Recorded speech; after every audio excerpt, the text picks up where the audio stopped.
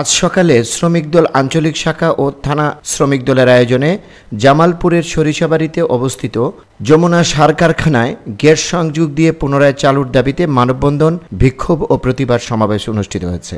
এ সময় তারাকান্দি সার কারখানা এলাকার সরিষাবাড়ি ভুয়াপুর প্রধান সড়কে ঘণ্টাব্যাপী মানববন্ধনে সার কারখানার কয়েকশো শ্রমিক, কর্মচারী ও ব্যবসায়ীরা অংশগ্রহণ করেন।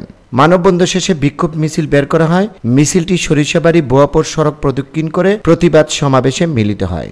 মানববন্ধনে বক্তারা বলেন, কিন্তু এই 17 বছরে এই যমুনা সার কারখানা থেকে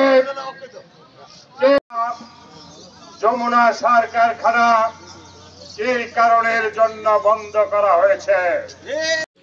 আজকে 5 তারিখের পরে আমরা জাতীয়তাবাদী দল এই এলাকার মানুষকে নিয়ে আমরা এখন পর্যন্ত চেষ্টা করে যাচ্ছি। এই সরকারটা মনে হয় চালু হলে আওয়ামী লীগের নেতৃবৃন্দ যা জ্বালা করে আমরা অতীতে দেখতে পেরেছি। নামতে হচ্ছে কিছু এখানে।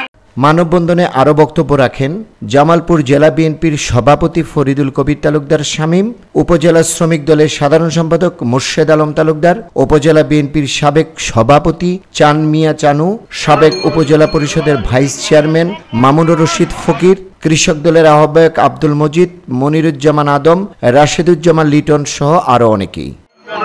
রফিকুল ইসলাম কোচি, আজকের সংবাদ।